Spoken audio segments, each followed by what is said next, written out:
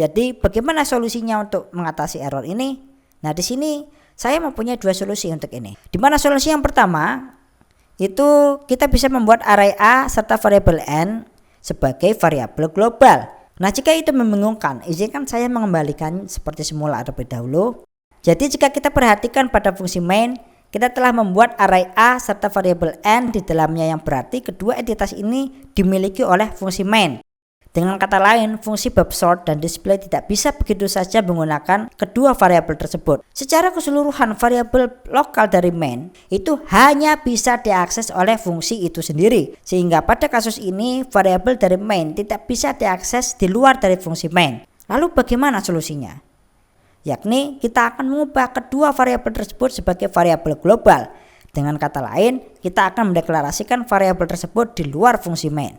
Dan ketika kita sudah memindahkannya keluar fungsi main, maka semua fungsi baik main, bubble sort, dan display akan memiliki izin akses ke array A serta variabel N.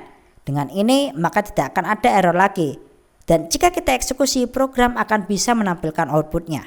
Jadi ini bisa kita jadikan salah satu solusi. Nah, lalu jika teman-teman bertanya, apakah solusi ini adalah solusi yang terbaik dengan mendeklarasikan array A serta variabel N sebagai variabel global? Meskipun kita sudah mendapatkan solusi atas error ini, tapi tetap saja ini bukanlah gaya pemrograman yang baik, karena variabel global sebenarnya dapat mendatangkan masalah lain. Namun saya belum bisa memberitahukan kepada teman-teman jenis masalah apa yang mungkin kita bisa temui ketika menggunakan variabel global. Namun tentu saja saya akan tetap memberikan solusi yang jauh lebih baik dari ini.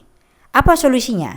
Yakni dengan menjadikan variabel tersebut tetap sebagai variabel lokal, di mana saat kita menjadikannya sebagai variabel lokal, itu berarti variabel A dan N hanya dimiliki oleh fungsi main, sehingga fungsi bab sort dan display tidak memiliki akses ke variabel tersebut. Jadi pertanyaannya adalah, bagaimana cara kita bisa memastikan bahwa variabel A dan N tetap lokal, tetapi masih bisa diakses oleh fungsi di luar main? Itulah yang akan saya tunjukkan. Jadi di sini parameter passing akan bermain di sini. Saya sudah pernah secara khusus membahasnya di channel ini. Nah, sekarang pertanyaannya adalah bagaimana cara meneruskan atau passing variabel tersebut sebagai parameter. Jadi konsepnya, ketika fungsi main memanggil fungsi bab sort, maka program harus melewatkan variabel array A serta variabel N sebagai parameter. Jadi inilah sintaks yang perlu kita tulis di program kita.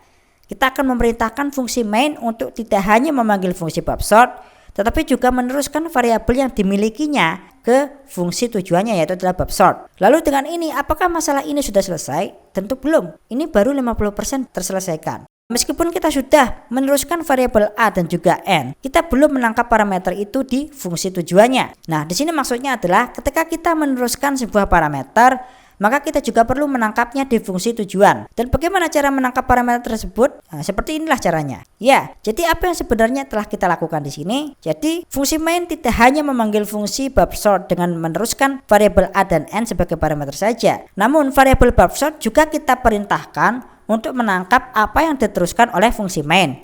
Yang berarti bahwa sekarang fungsi bab sort sudah memiliki akses ke array A dan variabel N, sehingga fungsi bab sort bisa menjalankan tugasnya dengan baik.